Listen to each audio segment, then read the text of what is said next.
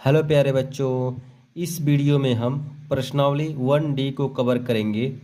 तो इसका पहला प्रश्न देखिए, दिया है कि संख्या रेखा पर निम्नलिखित में से प्रत्येक के बीच की दूरी ज्ञात कीजिए। ठीक है, किसके किसके बीच का दिया है। पहला प्रश्न में -7 तथा 4 के बीच का दूरी ज्ञात करना है। किस पर? संख्या रेखा पर। तो सबसे पहले हम संख्या रेखा बनाते हैं। तो देखिए, संख्या रेखा हमने बना दिया है। ये होता है 0 और यहाँ पे दिया गया -7। तो यहाँ 0 से लेकर के हम जाएंगे किस पे? -7 पे।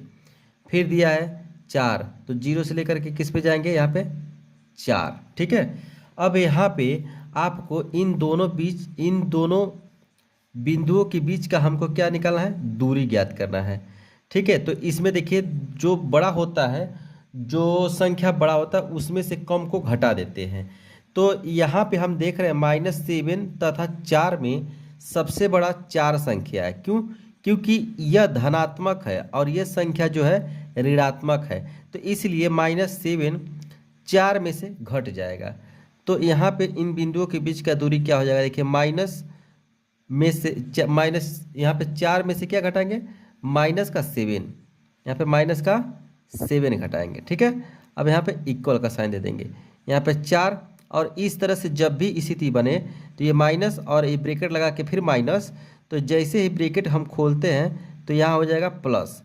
ठीक है, तो अब यहाँ पे इनके बीच का दूरी क्या हो जाएगा? 7 4 11। ठीक है, 11 हो जाएगा। तो यही आपका आंसर है और ये चित्र इसी तरह से बनाएंगे। अगर आप यहाँ से लेकर के यहाँ तक गिनेंगे तो 7 आएगा, यहाँ से लेकर यहाँ तक गिनेंगे तो 4 आ जाएगा, और दोनों को जोड़ देंगे तो 11 आएगा। तो ये था पहला प्रश्न। इसी तरह से हम देखिए दूसरे प्रश्न को भी करेंगे।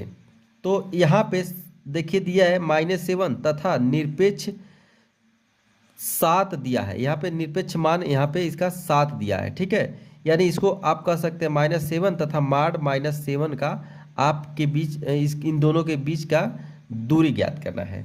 तो यहाँ पे देखिए, हम सबसे पहले इसको सही क्रम में अगर लिखेंगे तो -7 और उसके बाद से तथा। अब यहाँ पे माड में, ये माड इसको बोला जाता है, ऐसे 2 लाइन खींच देंगे तो, या मापांक इसको बोल सकते हैं, या निरपेक्ष मान बोल सकते हैं। जो जब भी निरपेक्ष मान या मापांक में कोई संख्या ऋणात्मक होता है तो जैसे ही वह निकलता है तो वह धनात्मक हो जाता है। ठीक है, इसका ये गुण होता है। क्लास 8 में आप पढ़े होंगे। तो चलिए -7 और 7 के बीच का हम लोग दूरी ज्ञात करते हैं। तो सबसे पहले हमको संख्या रेखा ड्रा करना पड़ेगा। तो देखिए, हमने यहाँ पे ड्रा कर लिया है।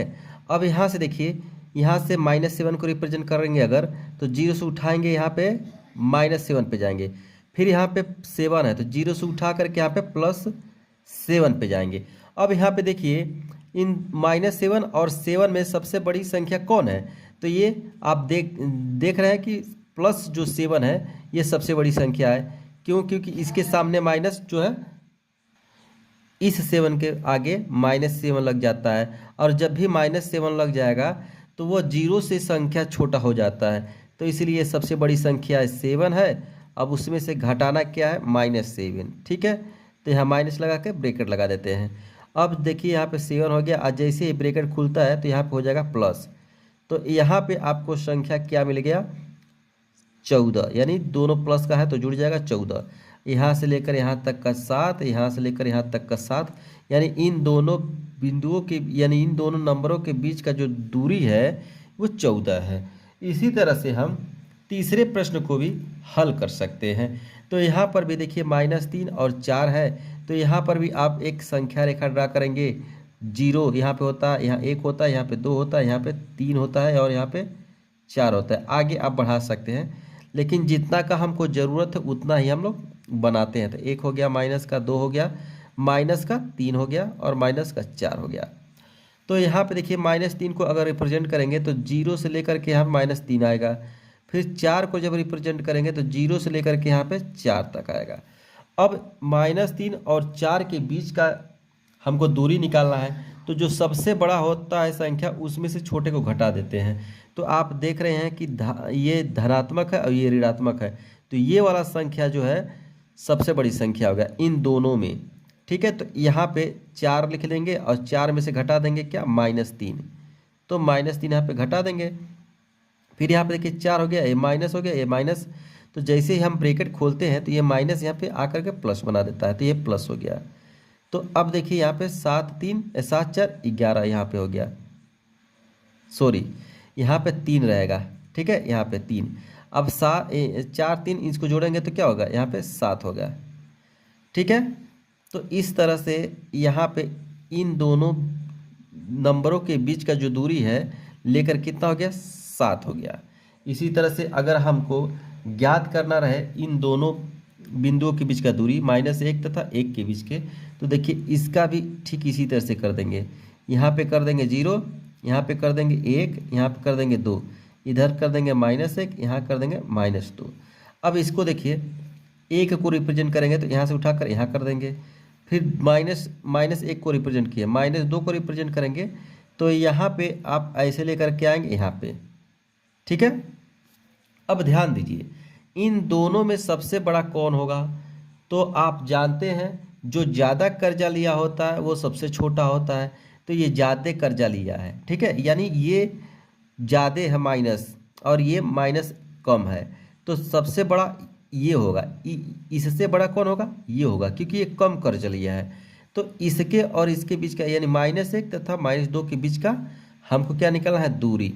तो सबसे बड़ी संख्या क्या, -1 है, और -1 में से घटाना क्या, -2, ठीक है। तो अब यहाँ पे -1 हो गया, ये माइनस है, ये भी माइनस है, आपको बता चुके हैं। ये माइनस क्या कर देगा, प्लस कर देगा। अब देखिए यहाँ पे ये संख्या माइनस का है, ये प्लस का है, तो ये माइनस वाला इससे घट जाएगा, तो यहाँ पे बचेगा 1, ठीक है। तो इस तरह से आपका पहला प्रश्न समाप्त हुआ। मैं आशा करता हूँ कि यह प्रश्न आपको अच्छे से समझ में आया होगा, ठीक है। तो चलिए अब हम लोग दूसरे प्रश्न में चलते हैं।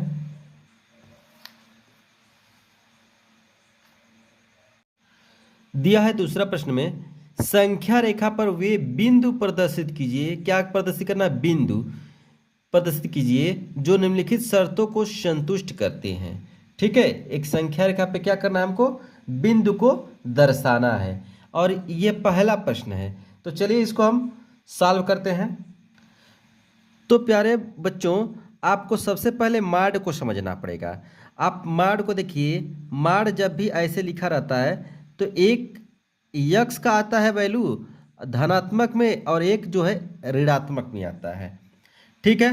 तो सबसे पहले हम यहाँ पे लिखेंगे पहला नंबर, जब यक्स धनात्मक हो, जब यक्स धनात्मक हो तो देखिए यहाँ पे यक्स यहाँ पे इस तरह से बना ना, यक्स इज लेस देन 3 हो जाएगा इस तरह से, ठीक है।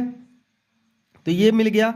फिर उसके बाद से यहाँ पे समीकरण नंबर 1 मान लेंगे, फिर लिखेंगे जब यहाँ पे यक्स ऋणात्मक हो, क्या हो, ऋणात्मक हो, तो यहाँ पे आप लिखेंगे माइनस का यक्स और लेस देन और इक्वल टू 3। अब जैसे ही माइनस को हम उधर भेजेंगे तो ये इनक्वलिटी है, जो है इनक्वलिटी, इनको बोलते हैं इनक्वलिटी, ठीक है ना, ये चेंज हो जाता है, इधर को पलट जाता है। तो जैसे आप उसको माइनस को उधर भेजेंगे तो इधर को आ जाएगा, तो मिलेगा -3, यानी यक्स इज ग्रेटर देन -3। अब इसको आपको संख्या रेखा पे प्रदर्शित करना है। तो ऐसे एक संख्या रेखा बनाएंगे 0 से लेकर के 1 2 3 -1 -2 -3 अपने ज़रूरत के अनुसार। तो हम देख रहे हैं यक्स जो है +3 से छोटा है, तो यहाँ पे आएगा ये बिंदु, और यहाँ पे यक्स जो है -3 से क्या है, बड़ा है, तो यहाँ पे बिंदु आ गया। तो इसी का नाम दे देंगे A और इसी का नाम दे देंगे B। तो यही आपके क्या हो गए, बिंदु हो गए, यानी इन्हीं दोनों के बीच का ये दूरी होगा। तो ये आपको बिंदु प्रदर्शित करना था, हमने प्रदर्शित कर दिया A और B।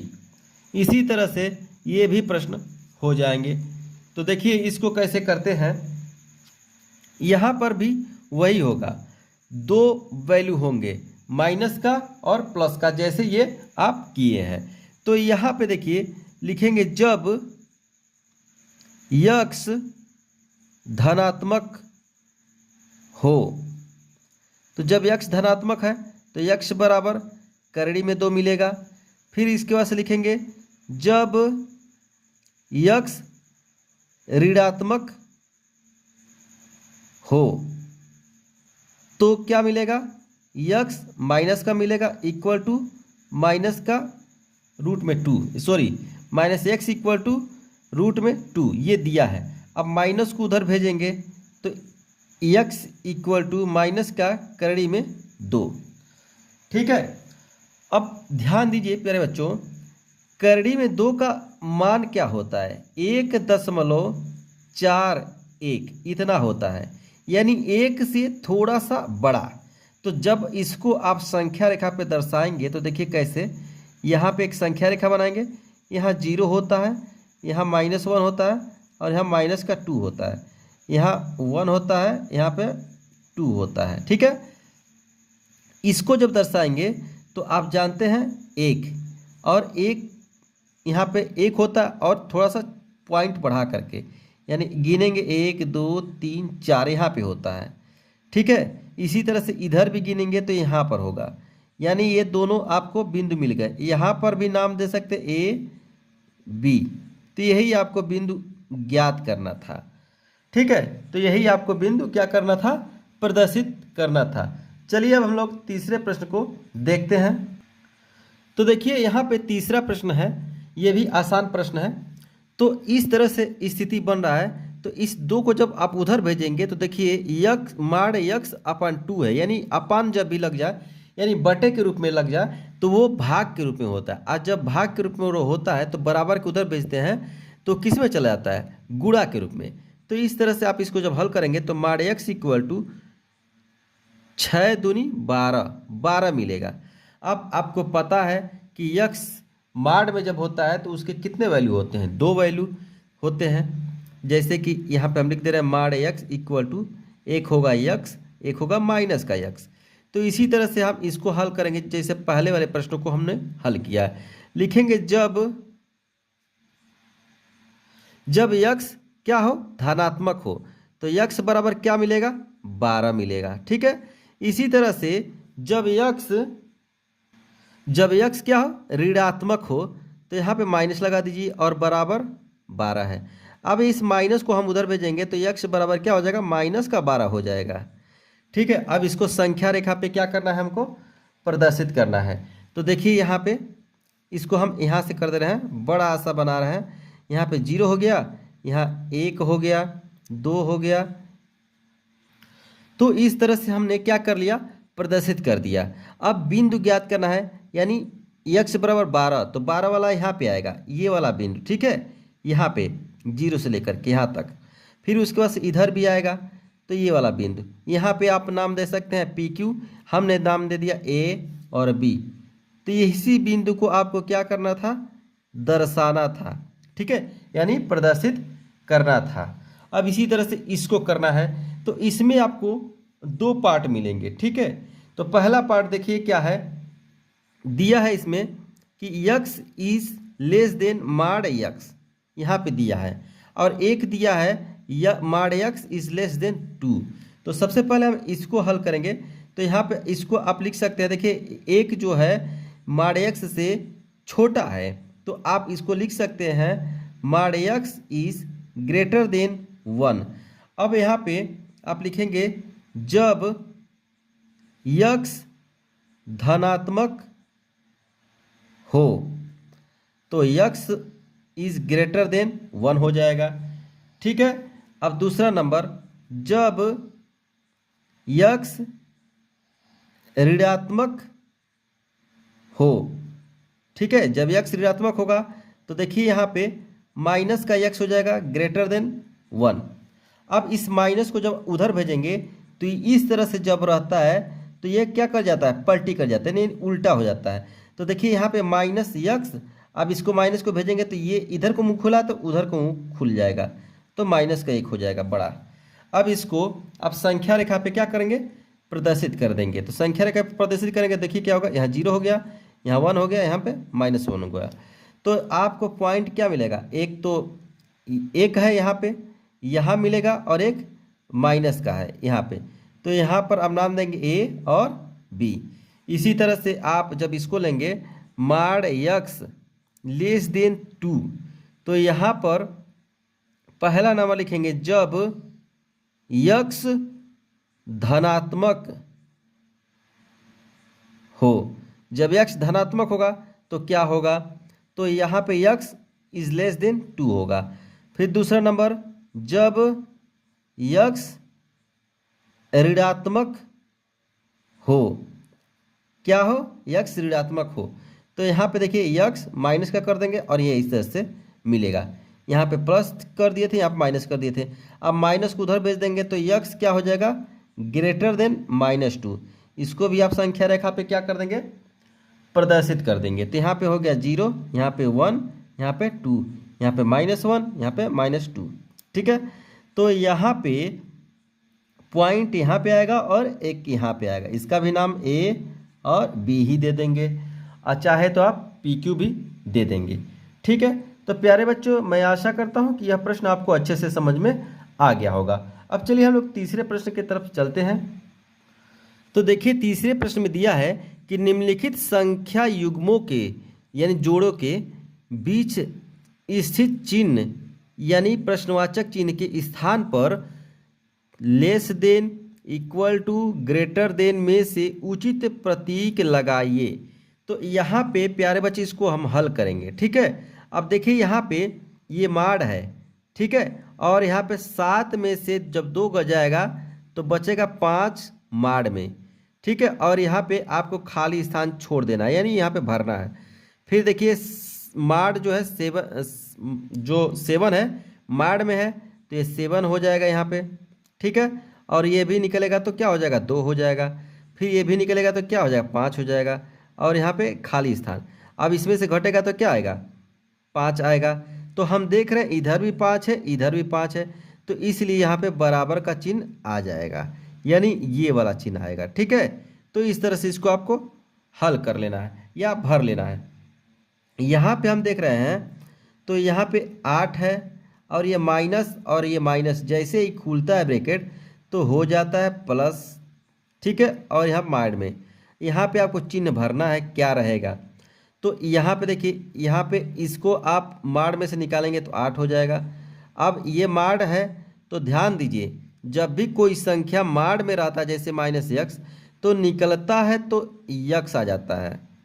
तो जैसे मान लीजिए 2 नंबर है, ये 2 नंबर है तो निकलेगा तो 2 हो जाएगा।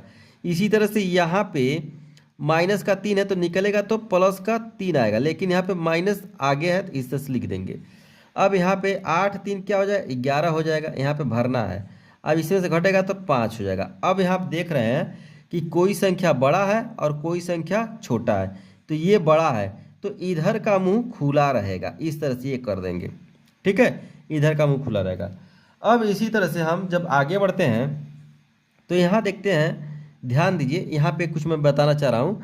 जैसे -9 हो गया, -3, तो माइनस माइनस कुछ लोग क्या करते हैं, घटा देते हैं, लेकिन नहीं, यहाँ माइनस माइनस जुड़ेगा, यानी -9 और -3 मिल करके 9 3 12।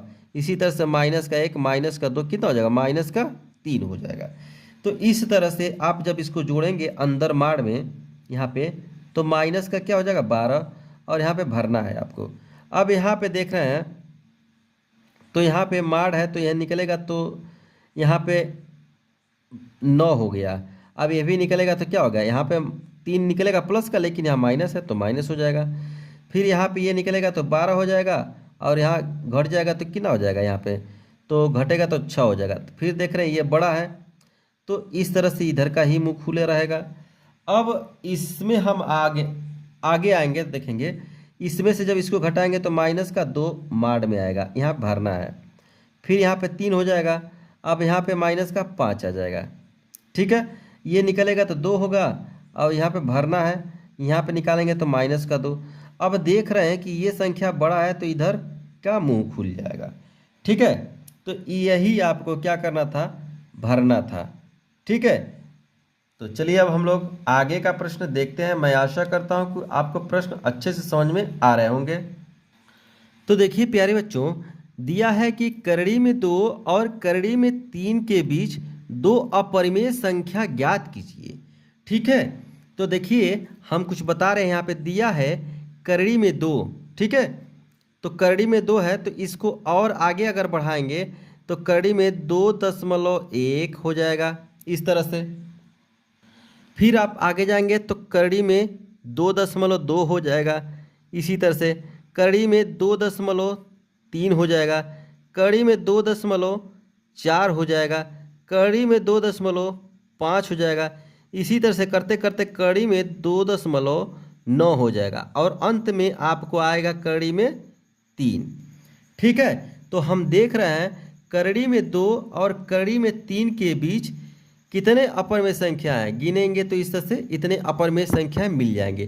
तो हमको क्या करना है, करड़ी में 2 और करड़ी में 3 के बीच का कोई दो संख्या लिखना है। तो शुरुआत का हम ये ले लेंगे और ये ले लेंगे। तो यहाँ पे लिखेंगे करड़ी में 2 और करड़ी में 3 के बीच दो अपरिमेय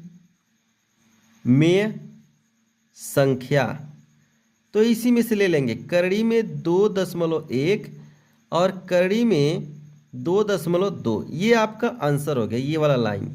ये तो मैं समझने के लिए बताया हूँ कि करड़ी में 2 है तो इसको आगे बढ़ाएंगे तो करड़ी में 2.1, करड़ी में 2.2, करड़ी में 2.3, इस तरह से आगे मिलता जाएगा। ठीक है, तो ये आपका आंसर हो गया।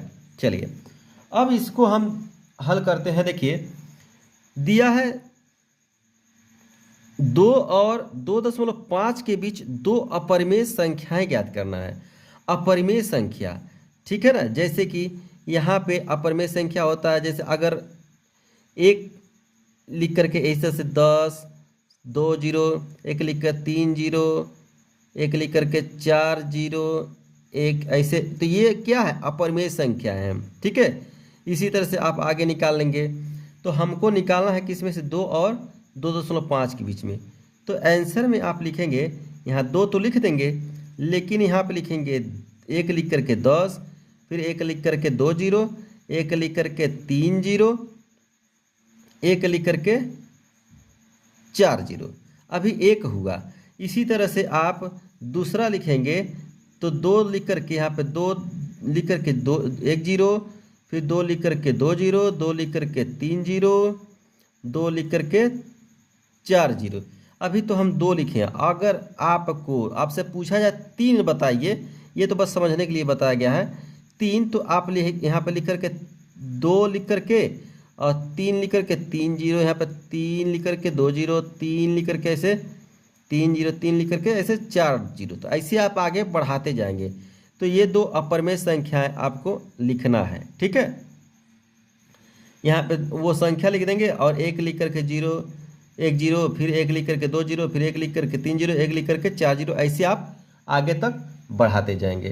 तो इस तरह से आप 2 और 2.5 के बीच अपरिमेय संख्याएं ज्ञात कर सकते हैं।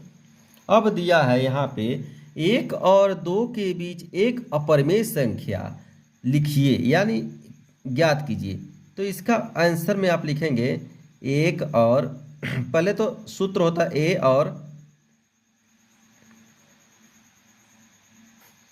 ए और बी के बीच एक अपरिमेय संख्या, ये ही होता है सूत्र।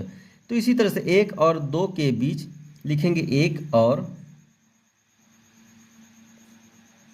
2 के बीच अपरिमेय संख्या। जब आप लिखेंगे तो यहाँ पे 1 गुणे 2 हो जाएगा, मिलेगा क्या, करड़ी में 2। तो ये हो गया आपका एक अपरिमेय संख्या। ठीक है, तो प्रश्न 6वां तक हो चुका है। अब आगे देखते हैं हम लोग। तो देखिए प्यारे बच्चों, दिया है कि जांच कीजिए कि निम्नलिखित परिमेय संख्या है अथवा नहीं। तो इसको आपको जांच करना है और बताना है कि परिमेय संख्या है या नहीं। तो इसको आप हल करने से पहले एक फार्मूला पढ़े हैं, a + b का होल स्क्वायर। होता क्या, a² + b² + 2ab।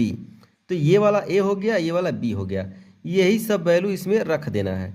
तो देखिए यहाँ पे जब रखेंगे यहाँ पे a करड़ी में 2 प्लस 2 का होल स्क्वायर, तो करड़ी में 2 का होल स्क्वायर हो जाएगा आ प्लस 2 का होल स्क्वायर। फिर यहाँ पे 2 है, देखिए सूत्र में a का वैल्यू करड़ी में 2 है और b का वैल्यू 2 है, तो ये क्या हो जाएगा, 2 ही हो जाएगा। कोई भी संख्या अगर कड़ी के रूप में होता है और उसका वर्ग करते हैं तो कड़ी खुल जाता है। यहाँ पे 4 हो जाएगा, ये कड़ी नहीं है। यहाँ पे देखिए इसका और इसका गुणा होगा तो 4 होगा और ये कड़ी में 2 हो जाएगा। अब यहाँ पे देखिए 4 और 2 6 हो जाएगा, ये नहीं जुड़ेगा क्योंकि इसके साथ कड़ी है। ये 4 और 6 जुड़ जाएगा लेकिन इसके साथ क्या है, करड़ी, ये नहीं जुड़ेगा। तो लिखेंगे 4 करड़ी में 2। अब ये क्या है, एक अपरिमेय संख्या है, अपरिमेय है। अच्छा क्यों अपरिमेय है, तो आपको बताया गया था कि करड़ी में जो संख्या है अगर आ जाता है और करड़ी में से वो बाहर नहीं निकल पाता है तो उसके साथ जो प्लस है या माइनस है वो संख्या क्या हो जाएंगे, एक अपरिमेय संख्या हो जाएगा। ठीक है, तो ये पूरा संख्या क्या, एक अपरिमेय संख्या, यानी यह पूरा अपरिमेय संख्या। इसी तरह से अब इसको हल करेंगे, देखिए इसको, तो इसका गुणा इसमें कर देंगे तो 4 हो जाएगा, फिर इसका गुणा इसमें कर देंगे तो प्लस 2 कड़ी में 2 हो गया, फिर इसका इसमें जब गुणा करेंगे तो देखिए यह माइनस है तो यहाँ पे माइनस आ जाएगा, तो इसका इसमें करेंगे तो 2 कड़ी में 2 हो जाएगा, फिर इस माइनस कड़ी में 2 और प्लस कड़ी में 2 गुणा करेंगे तो -2 आ जाएगा। क्यों, क्योंकि कड़ी में 2 कड़ी में 2, यानी कड़ी के अंदर अगर समान संख्या है और उनका गुणा होता है तो कड़ी हट जाता है। इसी तरह से यहाँ पे कड़ी में 3 का अगर गुणा करते हैं तो 3 आ जाता है। तो इस तरह से यहाँ पे कड़ी में 2 का कड़ी में 2 गुणा हुआ है तो 2 आ गया है। अब देखिए यहाँ पे 2 कड़ी में 2 है, यहाँ प्लस का है, यहाँ पर माइनस का, तो ये कट जाएगा। अब यहाँ पे 4 हो गया, यहाँ माइनस का 2 है तो यहाँ क्या हो जाएगा, घट जाएगा। अब इसके साथ कोई करड़ी नहीं है तो इसको लिखेंगे यह परिमेय है। ठीक है, इसी तरह से आप इसको हल करेंगे तो इसको देखिए यहाँ पर भी लगाएंगे a प्लस बी का होल स्क्वायर, तो a square plus b square plus 2ab।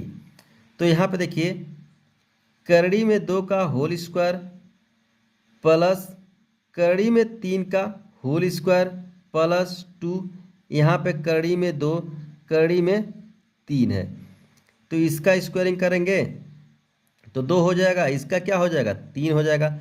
हम आपको बताए हैं कि कोई भी संख्या अगर करड़ी में होता है तो उसका वर्ग करते हैं तो करड़ी खुल जाता है।